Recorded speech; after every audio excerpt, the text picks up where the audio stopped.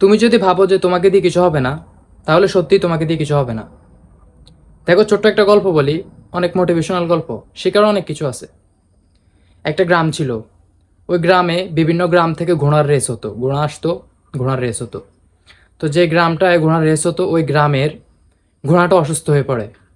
এখন গ্রামের সবাই তো চিন্তায় পড়ে গেছে কি করবে। পরে কি করে, ঘোড়ার মতনই দেখতে একটা গাধাকে তৈরি করে, একটা গাধাকে তৈরি করে। এবং গাধার ভিতরে যখন শুনছে যে একটা গাধাকে তৈরি করছে ঘোড়ার সাথে রেস দেওয়ার জন্য, তো কি করে, গাধার ভিতরে একটা হইচই হয়ে পড়ে যে ঘোড়ার সাথে কিভাবে রেস দিব আমরা।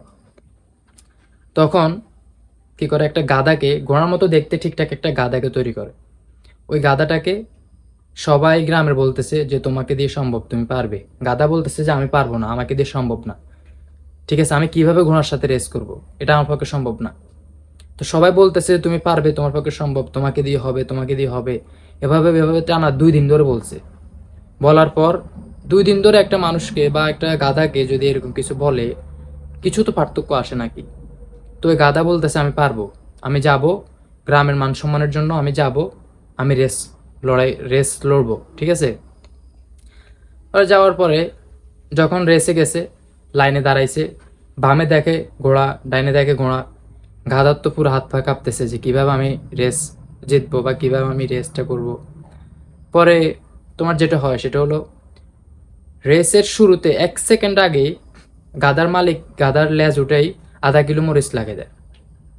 রেস শুরু, গাধা ছুটতেছে। রেজাল্ট কি আসছে জানেন? 6 মাস ধরে গাধা দাঁড়ায় নাই।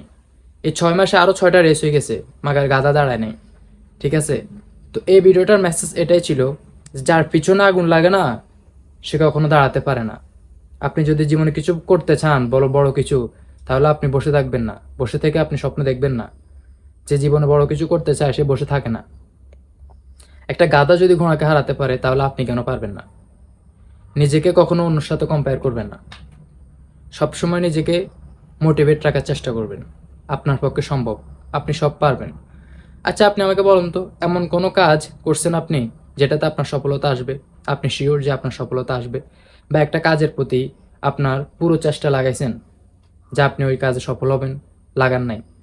তো সময় নষ্ট না করে এখনই শুরু করেন, এখনই কাজে লেগে পড়েন। যেটাই, যে কোনো প্ল্যাটফর্মে হতে পারে, শুরু করুন। সফলতা ইনশাল্লাহ আসবেই। একটা গাধা ঘোড়াকে হারাতে পারলে আপনি কেন পারবেন না? চেষ্টা করুন, ইনশাল্লাহ হবে। আর পুরো ভিডিওটা দেখার জন্য ধন্যবাদ। Thanks for watching. আল্লাহ হাফেজ।